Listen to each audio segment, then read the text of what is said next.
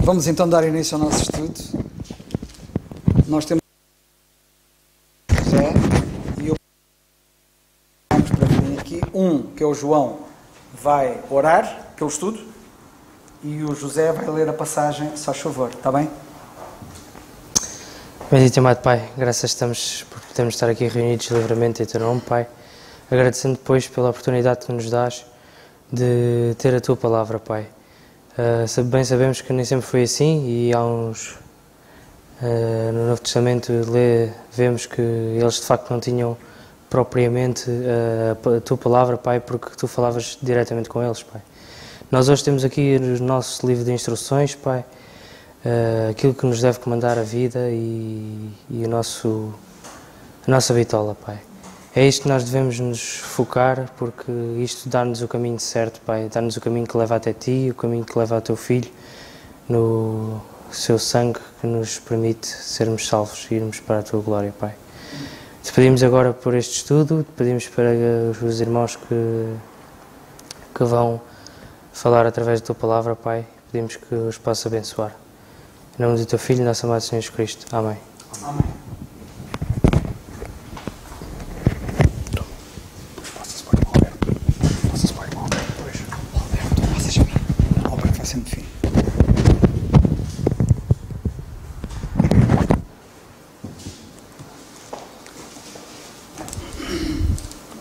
Ora, eu saúdo os irmãos e as irmãs na graça e paz do Nosso Senhor, não somente aqueles que aqui estamos e aqueles também que nos acompanham através da internet. Um abraço especial para o nosso irmão Alberto Paríssimo. Um grande abraço, irmão. E diz assim a palavra do Senhor, Colossenses 2, capítulo 2. Porque quer que saibais quão grande combate tenho por vós e pelos que estão em Laodiceia, e por quantos não viram o meu rosto em carne, para que os seus corações sejam consolados e estejam unidos em amor e enriquecidos da plenitude da inteligência, para conhecimento do mistério de Deus, Cristo, em quem estão escondidos todos os tesouros da sabedoria e da ciência. E digo isto para que ninguém vos engane com palavras persuasivas, porque, ainda que esteja ausente quanto ao corpo, contudo, em espírito, estou convosco, regozijando-me, e vendo a vossa ordem e a firmeza da vossa fé em Cristo.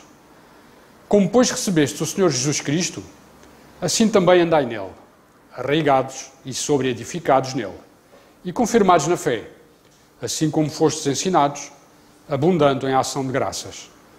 Tendo cuidado para que ninguém vos faça presa sua, por meio de filosofias e vãs subtilezas, segundo a tradição dos homens, segundo os rudimentos do mundo, e não segundo Cristo. Porque nele habita, corporalmente, toda a plenitude da divindade, e estáis perfeitos nele, que é a cabeça de todo o principado e potestade, no qual também estáis circuncidados, com a circuncisão não feita por mão, no despojo do corpo da carne, a circuncisão de Cristo. Sepultados com ele no batismo, nele também ressuscitastes pela fé no poder de Deus, que o ressuscitou dos mortos. E quando vós estáveis mortos nos pecados, e na incircuncisão da vossa carne, vos vivificou, juntamente com ele, perdoando-vos todas as ofensas, havendo riscado a cédula que era contra nós, nas suas ordenanças, a qual de alguma maneira nos era contrária, e a tirou do meio de nós, cravando-a na cruz, e despojando os principados e potestades, os expôs publicamente, e deles triunfou em si mesmo. Portanto, ninguém vos julgue pelo comer, ou pelo beber, ou por causa dos dias de festa, ou da lua nova, ou dos sábados, que são sombras das coisas futuras, mas o corpo é de Cristo. Ninguém vos domina seu bel prazer, com pretexto de humildade e culto dos anjos, metendo-se em coisas que não viu, estando de balde inchado na sua carnal compreensão. E não ligado à cabeça, da qual todo o corpo, provido e organizado pelas juntas e ligaduras, vai crescendo em aumento de Deus.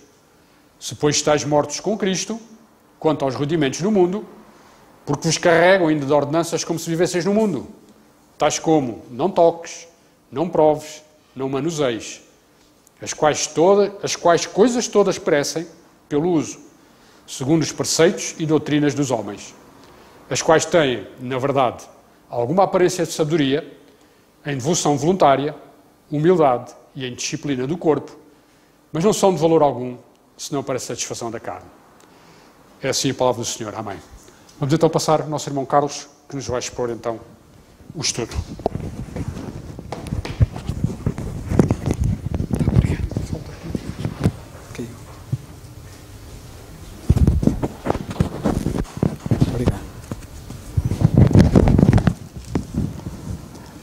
Nós vamos já de seguida para o estudo da continuação da passagem e não vamos ouvir o irmão Alberto senão depois no fim, porque é para ligar aos pensamentos da semana passada que foram dados no fim do culto, do estudo, e que tem a ver com o versículo 20 onde nós ainda nos encontramos, e que diz: se pois estáis mortos com Cristo quanto aos rudimentos do mundo, porque vos carregam ainda de ordenanças como se vivesseis no mundo. Eu não vou repisar aquilo que já foi dito na semana passada, mas não posso deixar de fazer a ligação, visto que o que nós falamos, e eu depois também disse que iria falar sobre outra coisa, e ia explicar algo, porque a passagem diz, se nós estamos mortos com Cristo, porque é que nos andam a carregar com ordenanças? Portanto, ou seja, a passagem é muito clara. Paulo é muito claro na passagem, dizendo que não há ordenanças. Se, pois, estáis mortos com Cristo quanto aos rudimentos do mundo, porque vos carregam ainda de ordenanças, como se vivesseis no mundo. De facto, na Igreja, o corpo de Cristo, na dispensação da graça de Deus, não existem ordenanças. E como eu tive a ocasião de dizer na semana passada, os cristãos, de uma forma geral, eu não vou falar dos católicos, há quem não os considere cristãos, e é duro de dizer isto, mas a verdade é que cristão é aquele que é nascido de novo. E eu tenho muita dificuldade em chamar de cristãos, em quem tem tanto paganismo lá, idolatria, etc. Aquilo de cristão não tem nada. Mas na Igreja Católica, como vocês sabem, existem os sacramentos. São 7 os sacramentos. E as igrejas evangélicas, vejam bem, o brilhantismo, diz que temos 2 sacramentos, que é o batismo e a ceia do Senhor. Eu já lá vou. Que está errado. Como é que se pode dizer que há sacramentos, seja a Igreja Católica, seja igrejas evangélicas, protestantes, o que quer que seja, quando o apóstolo Paulo diz claramente, porque vos carregam ainda de ordenanças. Porque ordenanças ou sacramentos, como vocês vão ver, é a mesma coisa. Agora, o que eu quero chamar a vossa atenção é que o apóstolo diz: se, pois, estáis mortos com Cristo. O que eu expliquei na semana passada foi o significado desta expressão, estar morto com Cristo. E porque estamos mortos com Cristo, estamos livres de ordenanças. E eu tive a ocasião de dizer, tomem atenção à fraseologia bíblica, mortos com Cristo. O que nós ouvimos a religiosidade falar para aí é mortos como Cristo. Mas o apóstolo nunca diz que nós somos mortos como Cristo, mas somos mortos com Cristo. E particularmente no chamado sacramento ou ordenança do batismo, aqueles que batizam, dizem que a pessoa, quando desce às águas, está a morrer, é como se estivesse a morrer como Cristo, sepultado como Ele.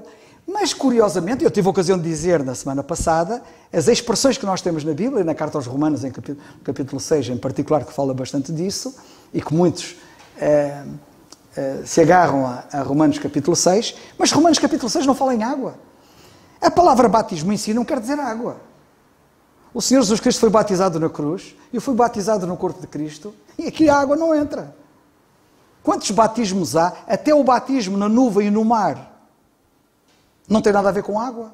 Porque há alguns que pensam, quando Paulo fala aos Coríntios, no batismo na nuvem e no mar, e pensam, na nuvem e no mar, está no mar, água, não é? Mas não, é seco. Então eles no mar não passaram a pé enxuto. É uma coisa impressionante. Portanto, as pessoas quando leem a Bíblia e quando estudam a Bíblia têm que estudar seriamente e não a brincar. Isto é muito sério. As expressões que nós temos na Bíblia é sepultados com Cristo. O que nós temos é mortos com Cristo. Nunca é como, mas com. E crucificados com Cristo. Já estou crucificado com Cristo e vivo não mais eu, mas Cristo vive em mim. E a vida que agora vivo na carne, vivo na fé do Filho de Deus, o qual me amou e se entregou a si mesmo por mim. Ora bem, crucificados com Cristo, mortos com Cristo, sepultados com Cristo. O que é que isto quer dizer? E por isso é que a Bíblia, na carta aos Romanos, no capítulo 6, diz muito bem, e eu aqui não posso deixar de dizer isto, porque eu não fiz referência a isso na semana passada, diz aqui a Bíblia, ou não sabeis, versículo 3, capítulo 6 de Romanos, ou não sabeis que todos quantos fomos batizados em Jesus Cristo, fomos batizados na sua morte. Estão a ver a ideia? A palavra batismo em si significa identificação. E quando a Bíblia diz que nós fomos batizados em Cristo, quer dizer que nós fomos identificados com Cristo. Esta nossa identificação com Cristo é um batismo. Fomos batizados na sua morte. E por isso, quando a Bíblia diz que nós ao identificarmos com Cristo, somos batizados na sua morte, quer dizer que a sua morte, cá temos a identificação, torna-se nossa. Quando ele morreu, porque eu me identifiquei com Cristo pela fé, a morte dele tornou-se a minha morte. Ou seja, quando ele morreu, eu morri com ele. Não como. Morri com ele. Portanto, eu estou crucificado com ele. Portanto, ele quando é crucificado, eu sou crucificado com ele. Não é como ele. Eu morro com ele, sou sepultado com ele. Portanto, que isto fique claro, porque isto é muito importante. Porque tanto disparate se diz e tanta doutrina se edifica a partir de um fundamento incorreto, que é o como. Como não existe. Não há na Bíblia. Isso não está lá. O que há é como. E portanto, este assunto é um assunto muito importante. E como eu tive a ocasião de dizer, as pessoas ficam muito escandalizadas e ficam assim chocadas até, quando veem na Páscoa os filipinos, e lá estamos nós a falar dos filipinos outra vez, quando os filipinos, particularmente as Filipinas, eles põem-se a crucificar. Querem se crucificar como Cristo. O que é isto? A Bíblia não advoga nós crucificarmos como Cristo. Mas há muitos aqui no Ocidente que acham aquilo ridículo e querem ser sepultados como Cristo. Com uma coisa ainda mais ridícula. Sabem qual é? É que ninguém é sepultado em água. As sepulturas eram sempre em terra. O Senhor Jesus Cristo não foi sepultado em água. Este assunto pode chocar a alguns, mas tem que ser. Nós temos de ser confrontados com a crueza da verdade bíblica. E a crueza da verdade bíblica é esta. Ninguém é sepultado em água. Bem, agora sim. Agora vamos então àquilo que eu disse que ia explicar. E então dizia eu para a semana vou explicar essa questão dos dois sacramentos ou das duas ordenanças. E eu quero começar por dizer o seguinte. O batismo, de facto, é uma ordenança. E cá está mais uma razão porque é que o batismo hoje não está em vigor. Porque vos carregam de ordenanças, se estáis mortos com Cristo. Portanto, se o batismo é uma ordenança, e de facto é, e para vocês verem que é uma ordenança, se calhar era melhor irmos já ler a passagem que se encontra em Hebreus 9, e se nós formos a Hebreus capítulo 9, já agora, na carta aos Hebreus, no capítulo 9, e versículos 1 e 10, nós lemos assim, Hebreus 9, 1, ora também o primeiro tinha ordenanças de culto, e um santuário terrestre. E depois mais abaixo, no versículo 10, na continuação, ele diz assim, consistindo somente em manjares, não é? E bebidas, e várias abluções. A palavra abluções quer dizer lavagens. Tomem atenção, a palavra abluções quer dizer lavagens. Até do ponto de vista médico, é um termo muito utilizado, especialmente pelos médicos naturistas. Utilizam muito o termo de abluções ou lavagens que se fazem nos tratamentos que eles advogam. E utilizam muito esta terminologia da ablução, da lavagem, das abluções. Portanto, abluções quer dizer lavagem. É só pegar um dicionário e ver o que quer dizer abluções, quer dizer lavagens. E a palavra grega, no original que está aqui, que foi traduzida por abluções, é a palavra baptismos. Porque os batismos eram lavagens de purificação. E, portanto, as ordenanças consistiam em manjares, bebidas, várias abluções e justificações da carne impostas até ao tempo da correção. Isto esteve em vigor até. E quando chegou até, acabou. Ok? Mas o que eu quero chamar a vossa atenção é para o facto de vos mostrar que as lavagens, abluções ou batismos eram ordenanças. Não só por causa disto, que vocês já vão ver porque é que são ordenanças. Mas a ceia do Senhor, como vocês vão ter oportunidade de ver, nunca foi uma ordenança. A ceia do Senhor não pertence ao pacote das ordenanças. Aliás, vocês nunca veem a ceia do Senhor ligada ao batismo, que é outra coisa curiosa. Tentam juntar duas coisas onde elas nunca aparecem juntas na Bíblia. O batismo e a ceia do Senhor nunca aparecem juntos. São coisas distintas. E enquanto, de facto, o batismo na água, quando estava em vigor, era uma ordenança, e repito, quando estava em vigor, porque as ordenanças não devem ser carregadas sobre os crentes, e, portanto, não estão em vigor, hoje o batismo não está em vigor, o batismo era, de facto, uma ordenança. Mas a ceia do Senhor, que hoje está em vigor, nunca foi uma ordenança. E é uma coisa curiosa. A ceia do Senhor hoje está em vigor. Há muitas pessoas que até se interrogam assim, mas porquê que vocês não praticam o batismo, mas praticam a ceia? Isto faz-lhes confusão na cabeça deles. É muito simples. Acerca do batismo, o apóstolo Paulo diz que não foi enviado a batizar. Eu não fui enviado a batizar, diz ele em 1 Carta aos Coríntios, capítulo 1, versículo 17. Portanto, o batismo não fazia parte do pacote de doutrina da dispensação da graça, porque a ele foi-lhe dada, Efésios 3:2, foi-lhe dada a dispensação da graça.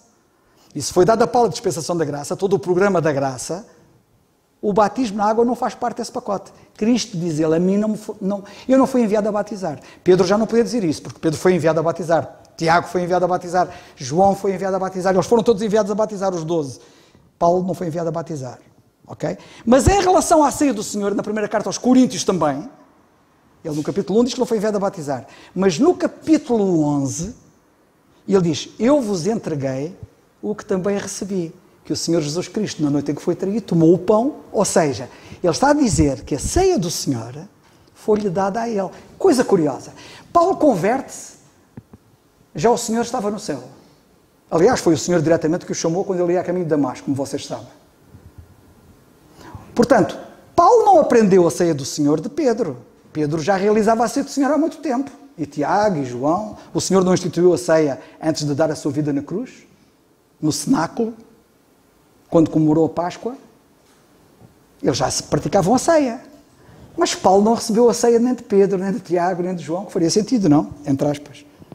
Não. Ele recebeu-a do Senhor, diretamente. Fazia parte do pacote da doutrina para a Igreja, a ceia do Senhor. Eu recebi do Senhor o que também vos entreguei. E isto é muito importante. E é muito importante, particularmente, porque alguns poderão dizer assim, mas mesmo ainda assim não estou a ver muito bem. Então, mas eles já praticavam a ceia, havia necessidade do Senhor lhe estar a dar a ceia, só para dizer que ela agora faz parte também do pacote da Igreja. Não é só por causa disso. É porque quando o Senhor deu o pacote da ceia ao apóstolo Paulo, ele fala, o Senhor diz a Paulo coisas acerca da ceia que são novas. Que os crentes que praticavam a ceia do Senhor, como Pedro, Tiago e João, quando o Senhor instituiu, nunca falou delas. Por exemplo, que o pão é uma figura do corpo de Cristo. O corpo de Cristo era um mistério na altura, ninguém sabia nada disso, o Senhor nunca tinha revelado. Mas agora, da glória a Paulo, disse, olha, aquele pão ali, cada um de nós é uma parte daquele pão. Aquele pão fala do corpo. E por aí fora, e fala da comunhão do sangue.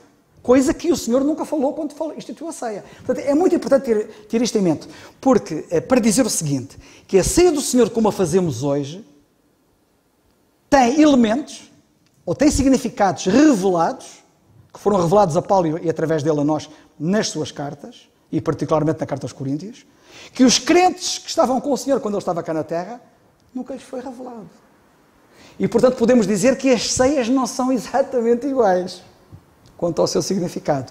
Isto é muito importante. Isto é um assunto só por si vasto, que requeriria muito estudo, mas fiquemos com isto em mente. Portanto, o que eu quero dizer para já é o seguinte: o batismo na água é de facto uma ordenança, e porque exatamente é uma ordenança também, não faz parte do pacote da Igreja, porque estamos mortos com Cristo e ninguém nos carrega com ordenanças. Pelo menos a mim não carregam. Se bem que me tivessem carregado no passado, mas eu não tinha conhecimento, não é?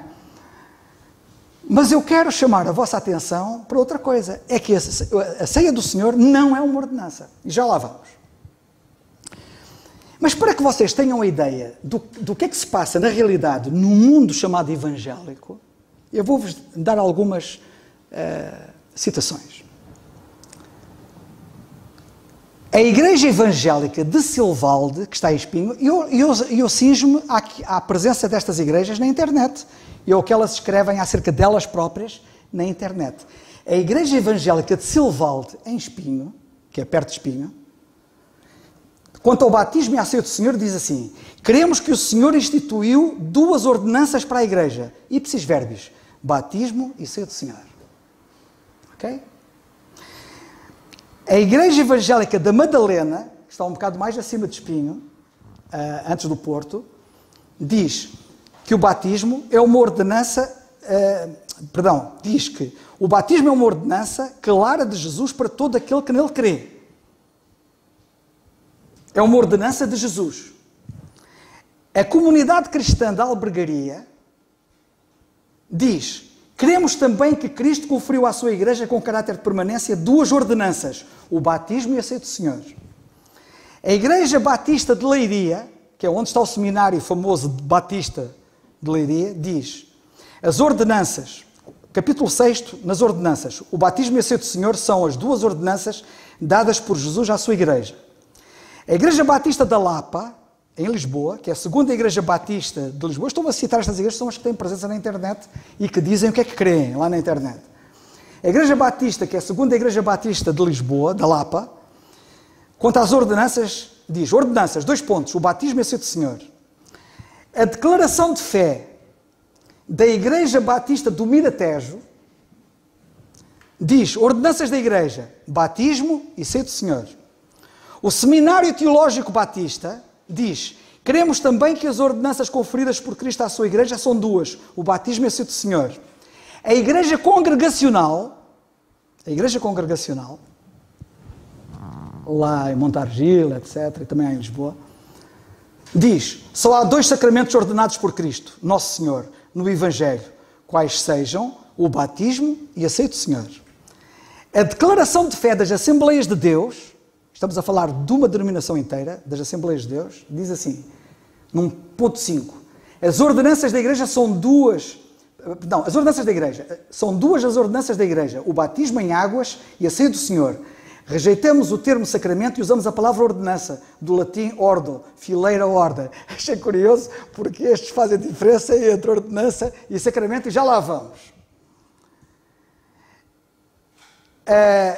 A declaração de fé de um site que é muito procurado, muito pesquisado, muito consultado, muito visto por muitos crentes na internet, que é o Got Questions, que é um site que tem muitas perguntas e respostas, e muitos crentes gostam de ir lá ver as perguntas e as respostas que lá estão nesse site, no Got Questions, diz assim: acreditamos na ordenança do batismo do crente por imersão em água, como um testemunho de Cristo e da sua identificação com Ele, e na ordenança da ceia do Senhor, como uma lembrança da morte de Cristo e do seu sangue derramado. Depois tem as passagens de Mateus, de Atos e de 1 Coríntios 11. A Aliança Evangélica Portuguesa, estamos a falar daquela que agrega todas as igrejas evangélicas em Portugal, diz assim, curiosamente é ipsis verbis o que diz a comunidade cristã em Albergaria, o que mostra que a comunidade cristã em Albergaria foi beber lá, provavelmente porque o texto é exatamente igual. Diz: queremos também que Cristo conferiu à sua igreja, com o caráter de permanência, 2 ordenanças, o batismo e a ceia do Senhor, Mateus 28, 19, Romanos 12, 5 a 8.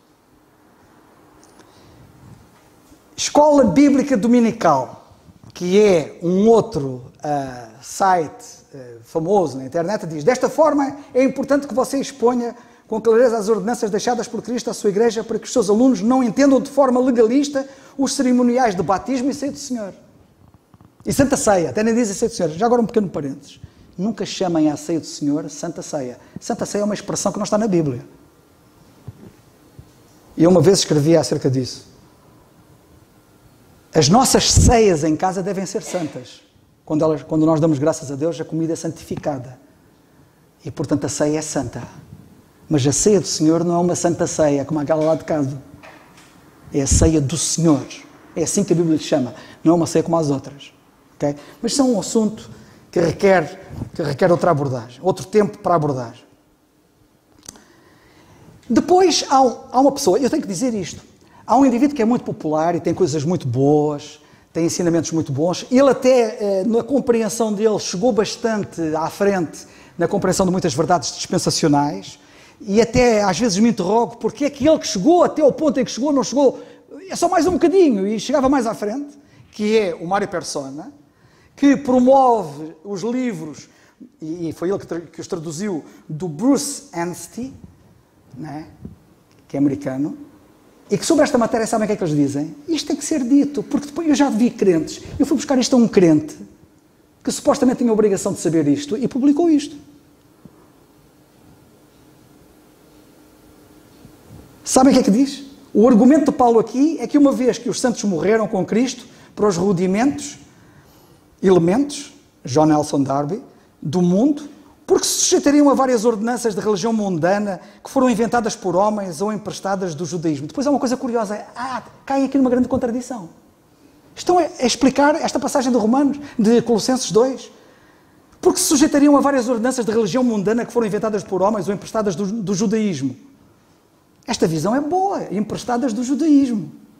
O crente não está apenas morto para as coisas mais grosseiras da carne, mas também para a religião mundana, ou do judaísmo. Agora sou eu que estou a dizer, que não está aqui escrito.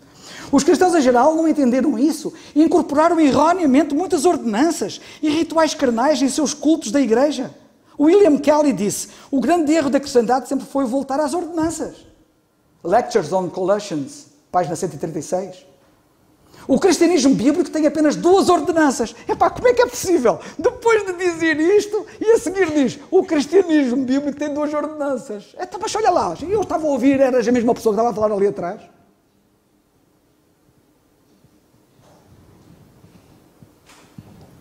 O batismo é ser do Senhor. O batismo é realizado uma vez na vida de uma pessoa e o partir do pão na ceia do Senhor deve ser feito semanalmente. Atos 27, Bruce Anstey. Mário Persona. Eu gostava de chamar a vossa atenção para o seguinte. Este era um outro assunto que requeriria mais tempo para nós o desenvolvermos, mas esta coisa de dizer, depois esta particularidade, este pequeno cuidado de escrever assim, o batismo é realizado uma vez na vida de uma pessoa. Já viram bem? Calma lá, vamos lá ver se eu me entendo. O que é que eles dizem sobre o significado do batismo? Que o batismo na água é uma forma de nós darmos testemunho, não é? De que morremos para o mundo, e morremos com Cristo, e ressuscitamos para uma nova vida. Não é o que eles dizem? Que é um testemunho. Primeiro, na Bíblia nunca lemos que é um testemunho, mas é o que eles dizem. O batismo nunca foi testemunho nenhum, mas é o que eles dizem. Mas já que dizem que é um testemunho, a minha pergunta é, o testemunho dá só uma vez na vida? É para ser o testemunho, é para estar sempre a testemunhar. Não é para fazer só uma vez. E eu tenho que testemunhar do Evangelho da Graça de Deus e não dou testemunho uma vez. Eu digo várias vezes, a várias pessoas. Às vezes a mesma pessoa várias vezes. Este assunto parece-me também um assunto muito importante. E também, note-se bem, há até, não vou por aí, porque também não interessa, mas este é um caso extremo, há até quem coloca o dízimo como também uma ordenança da igreja. Dá muito jeito a alguns para os cofres dessas igrejas, não é? Até colocam o dízimo como uma das ordenanças, além do batismo e da ceia do Senhor. Ora bem, o batismo é uma ordenança ou um sacramento, como eu já tive a ocasião de dizer.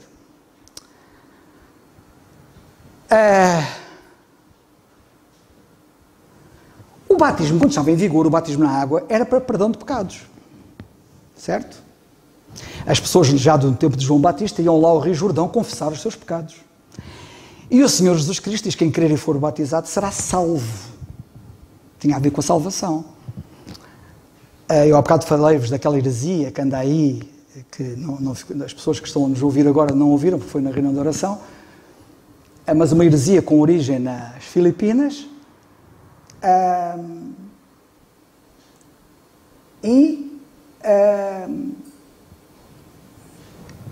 por acaso é outra heresia, que eu também referi, é outra heresia da América, que dizem que para um indivíduo ser salvo tem que ser batizado. No entanto, ouvimos aqueles que propõem, a maior parte deles aqui, que a gente conhece, que propõem a prática do batismo na água, que dizem, não, o batismo não salva. Mas esses dizem que salva. E pegam em passagens da Bíblia que dizem exatamente isso. Quem crer e for batizado será salvo. Arrependei-vos e cada um de vocês seja batizado, disse Pedro, aos que perguntaram o que é que tinham que fazer quanto à salvação. Arrependei-vos e cada um de vocês seja batizado para perdão dos pecados e recebereis o dom do Espírito Santo. Ora bem, nisto os sacramentalistas são mais coerentes. A Igreja Católica é mais coerente.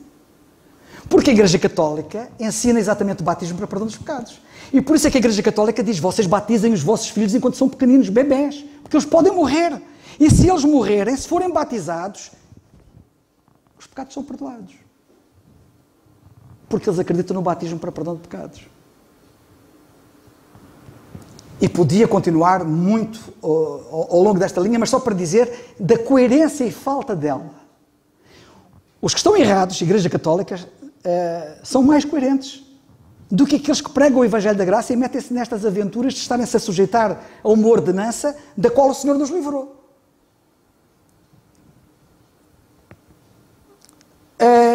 Também são mais coerentes ao chamar de sacramento ao batismo. E aqui, claramente na Bíblia, a Bíblia não utiliza a palavra sacramento, utiliza a palavra ordenança. E nós já percebemos que as ordenanças faziam parte do pacote das coisas da lei. E que existiram, estiveram em vigor até um tempo. Não é? E que com o apóstolo Paulo, essas coisas caíram. Ok? Agora, a Igreja Católica, ao chamar de sacramento, por exemplo, ao batismo e aos outros sacramentos, é coerente. Sabem porquê? A maior parte dos crentes evangélicos que chamam o batismo de sacramento, porque há alguns que já repararam, dizem que são 2 ordenanças ou 2 sacramentos, depois há uns que dizem, bem, é ordenança, mas não é sacramento. Mas há outros que não fazem esta diferença, há outros que tentam fazer a diferença, vêm-se ali atrapalhados no meio da situação. Há ali muita confusão ao longo destes termos, mas o que eu quero chamar a vossa atenção é que a esmagadora maioria dos cristãos evangélicos chamam o batismo de sacramento sem aparentemente saber o significado do termo. O que é que quer dizer sacramento? Morfologicamente, a palavra sacramento é uma derivação da palavra sacrare, que é uma palavra latina que significa tornar santo. Ora, se o batismo é para perdão de pecados e o batismo é uma ordenança, o batismo é um sacramento. Porque o batismo, sendo para perdão de pecados, torna a pessoa santa. Estão a ver a ideia? Não é por acaso que eles chamam sacramento ao batismo na água, por exemplo. E vem do sufixo mento, que é instrumental, meio, ou seja, tornar santo, um meio de tornar santo. O batismo é um meio de tornar santo. Ou seja, sacramento significa instrumento, ou meio, para tornar santo.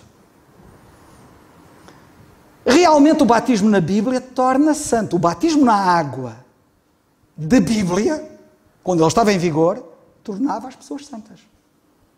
E daí a preocupação dos católicos em relação aos meninos, porque eles pensam que o batismo na água está em vigor, estando em vigor são mais coerentes, porque vão beber a informação que está na Bíblia, que o batismo perdoa mesmo pecados, é para perdão de pecados. Segundo o compêndio do Catecismo da Igreja Católica, sabem o que é que diz o compêndio do Catecismo da Igreja Católica? Passo a citar ipsis verbis. Os sacramentos são sinais eficazes da graça, instituídos por Cristo e confiados à Igreja, mediante os quais nos é concedida a vida divina. Os sacramentos são necessários para a salvação dos crentes, porque eles conferem a graça de Deus, o perdão dos pecados. Não é o que o batismo supostamente fazia, batizados para perdão de pecados. São coerentes. Etc. Não vou perder mais tempo. Os que praticam o batismo na água hoje e que dizem que o batismo na água hoje não salva, que é apenas um testemunho, etc., nós sabemos quais são os argumentos, porque é que então chamam o batismo de sacramento?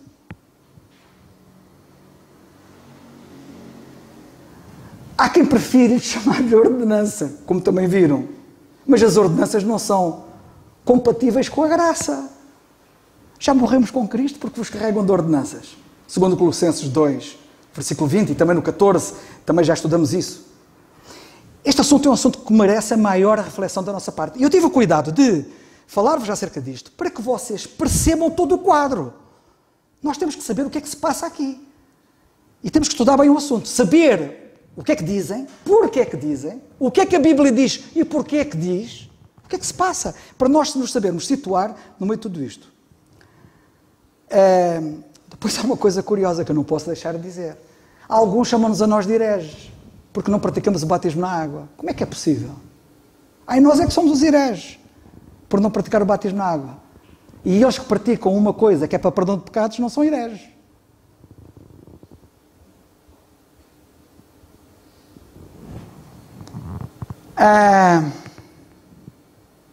E chamando de sacramentos àquilo. Isso é que é heresia. Ora bem,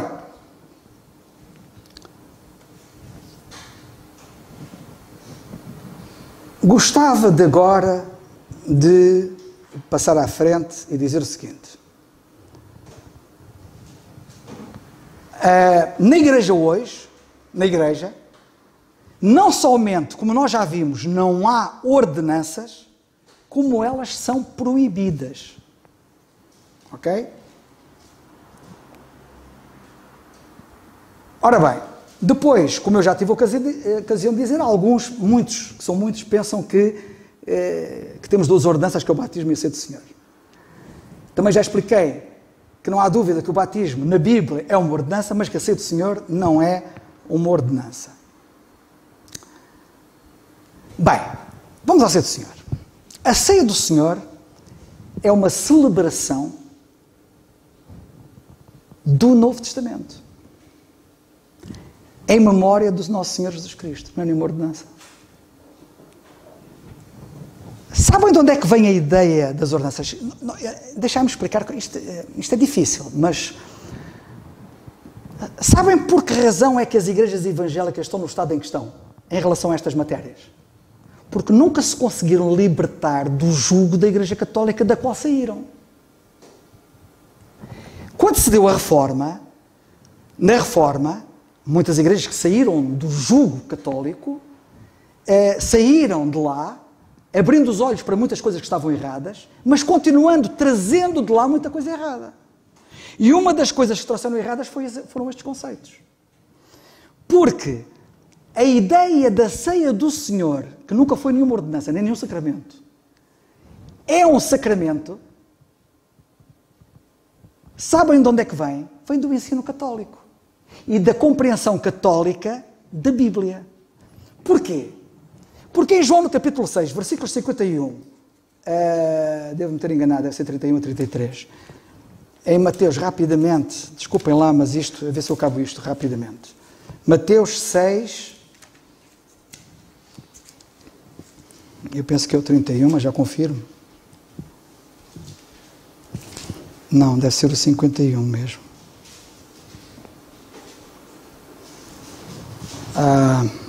Também estou em Marcos, desculpem. Mateus 6.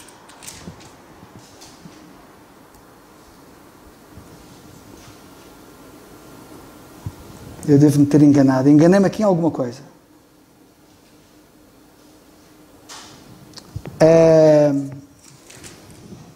Talvez algum de vocês me possam ajudar, mas está em Mateus 6, quase de certeza absoluta, e tem a ver quando o Senhor disse: quem comer a minha carne e beber o meu sangue. Ok? Onde é que ele diz isso? Em que ele fala em comer...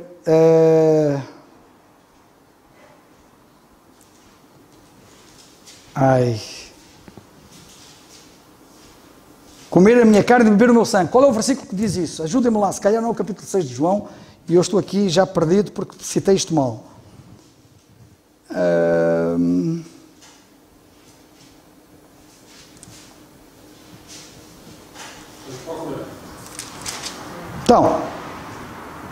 Então uma concordância eletrónica, vocês tentam eletrónico e não encontram. Comer a minha carne, quem comer a minha carne e beber o meu sangue. Foi o Senhor Jesus Cristo que disse em João 6, se não estou em erro. Se me calhar não é João 6 e eu enganei-me. João 6, 54. Como é que eu havia de encontrar? Eu disse João 6, estava a procurar em Mateus 6. Claro que eu nunca ia encontrar. É uma coisa impressionante. Obrigado. João 6, 51 a 53, acho eu. 51. Eu sou o pão vivo que desceu do céu. Se alguém comer deste pão, ele viverá para sempre. E o pão que eu der é a minha carne, que eu darei pela vida do mundo. Disputavam, pois, os judeus entre si, dizendo, como nos pode dar esta sua carne a comer? Jesus, pois, lhe disse, na verdade vos digo, se não comerdes a carne do Filho do Homem e não beberdes o seu sangue, não tereis vida em vós mesmos. Cá está! E eles dizem, cá está a ceia. Comer a sua carne e beber o seu sangue. E quem fizer isto tem vida. Portanto, é sacramental. É um sacramento. Dá vida. Ok? Estão a ver a filosofia católica?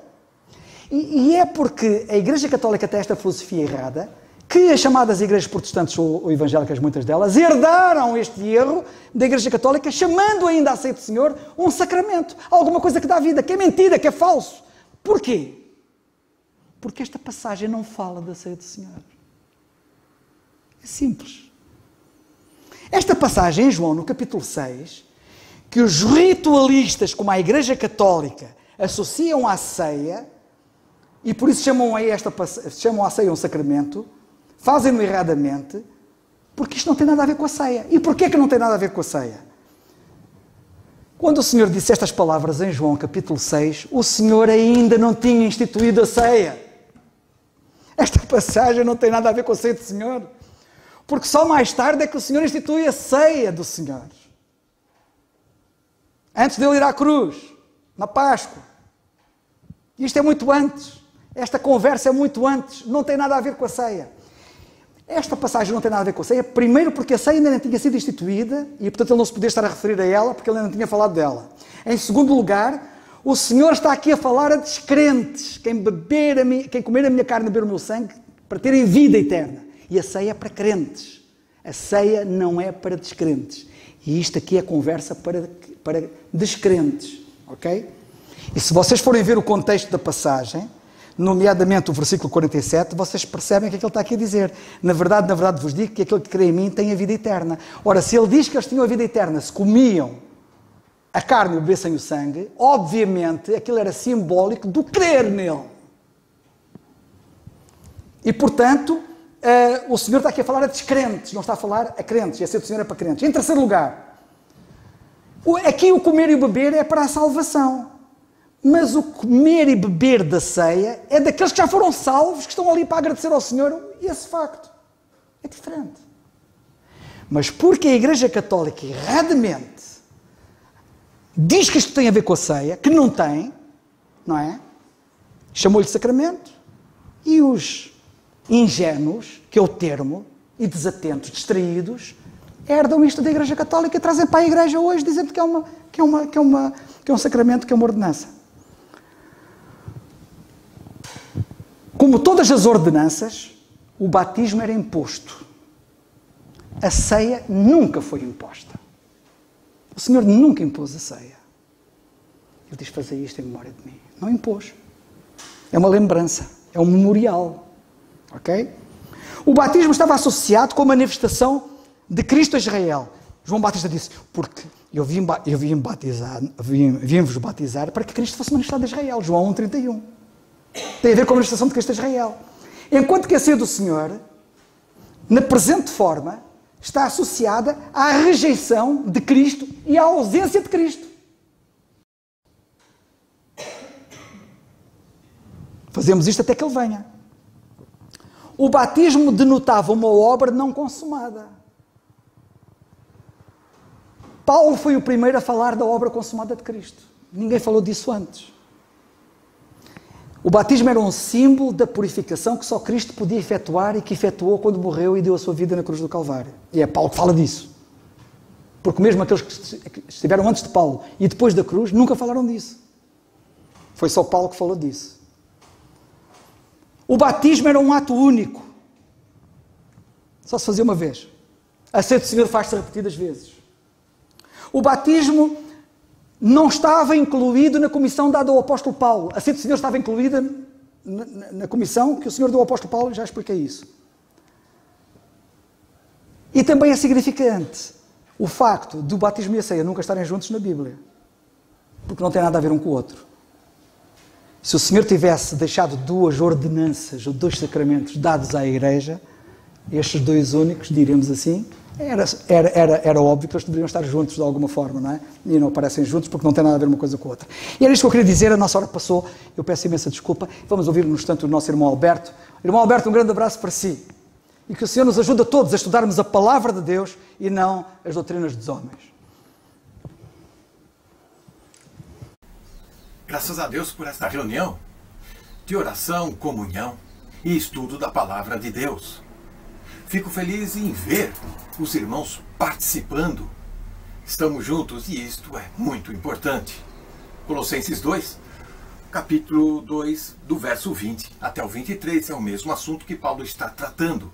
No capítulo 2, vimos que ele está alertando sobre o legalismo, sobre o misticismo, e agora na parte final do capítulo 2, ele está falando sobre o asceticismo. Por que as pessoas procuram religiões? Por que as pessoas estão procurando palavras de gurus espirituais?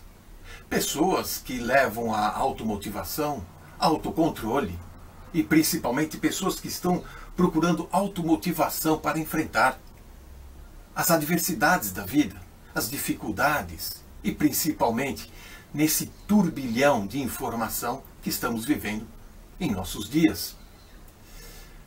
O asceticismo, ele impõe certas regras e abstinência. Tem lá a sua aparência de espiritualidade e isso atrai, isso seduz. Tem também aquele ar de sabedoria, de um pensamento profundo, de humildade. Isso cativa as pessoas. E aqui está o perigo mais uma vez. As pessoas estão procurando estas fórmulas mágicas para resolver seus problemas na situação de, pelo menos, nas aparências, no exterior, eu vou ter uma postura, mas isso vai esconder o meu interior. Veja que estes gurus que atraem multidões, pessoas ecléticas, pessoas diplomadas, empresários, pessoas bem-sucedidas, que estão vivendo suas crises, quer seja familiar, profissional ou mesmo econômica. Estas pessoas, elas conseguem atrair, elas conseguem iludir, porém elas não conseguem mexer no coração do ser humano. Só a palavra de Deus que penetra fundo no nosso interior e consegue discernir as motivações corretas. Nos dias de Paulo, este movimento era bem conhecido. Os estoicos, esse grupo filosófico, eles conseguiam imitar todas as formas de disciplina impostas pelos gnósticos que influenciavam a igreja em Colossos.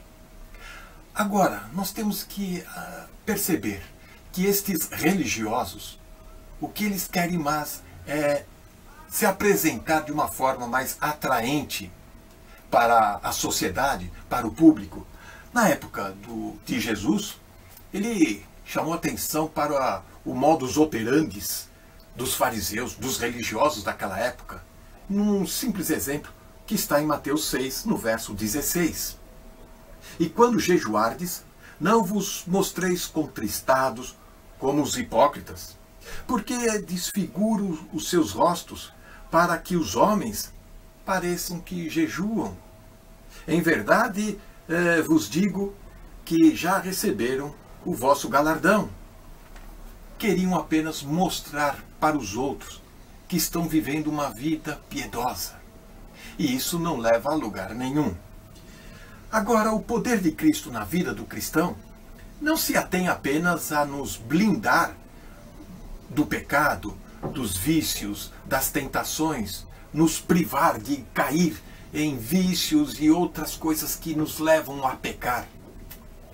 A vida do cristão, através do poder do Espírito Santo de Deus, nos leva a ter outra motivação e principalmente ambições e desejos piedosos, honestos e puros. Na segunda carta de Pedro, no primeiro capítulo, no verso 4, somos informados de que somos participantes da natureza divina, havendo escapado da corrupção que pela concupiscência há no mundo. Isso significa que nós temos desejos, ambições piedosos.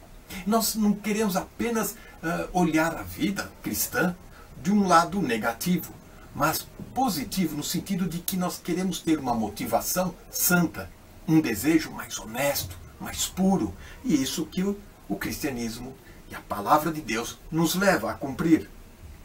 Nós não precisamos de lei exterior para mudar alguma coisa na nossa vida, pois nós já temos vida interior. Você já experimentou isso? Experimente pela palavra de Deus, crendo, aceitando o sacrifício de Cristo lá na cruz, morrendo pelas suas misérias, seu pecado, pelas suas vergonhas, e viva pelos preceitos, por aquilo que Cristo deixou para que vivamos com Ele.